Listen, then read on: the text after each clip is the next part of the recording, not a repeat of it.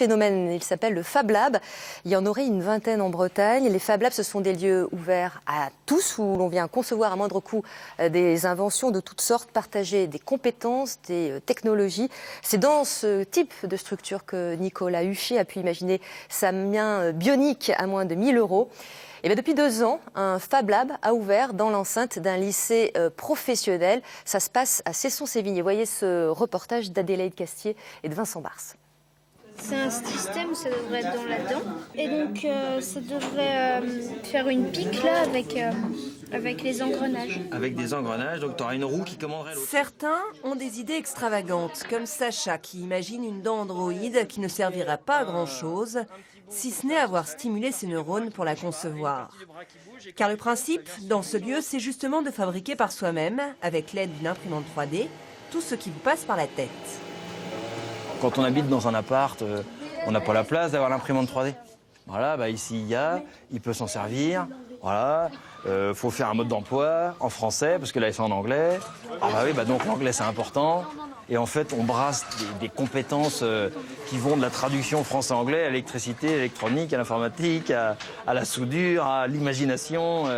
Voilà, et c'est pour ça que ça fourmille. C'est parce que chacun vient avec son idée. Et du coup, c'est ça qui est chouette, quoi.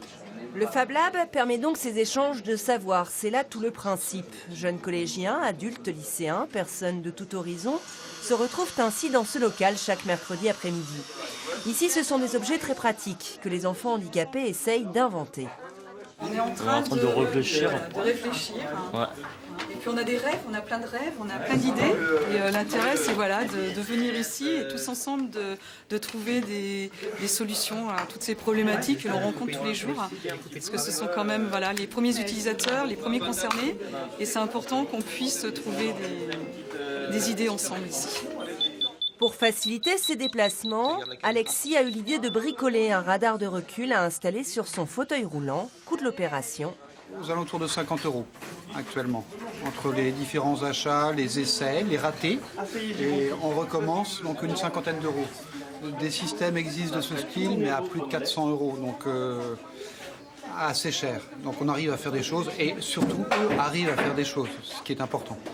De la bidouille économique, c'est l'autre intérêt des Fab Labs un peu partout en Bretagne. Le phénomène se développe et ne semble pas prêt de s'arrêter. Je crois que tu vas rester longtemps ici. Je pense que je vais rester jusqu'à que je puisse plus rester. La relève semble donc assurée pour maintenir vivants ces espaces de création et d'entraide. Marie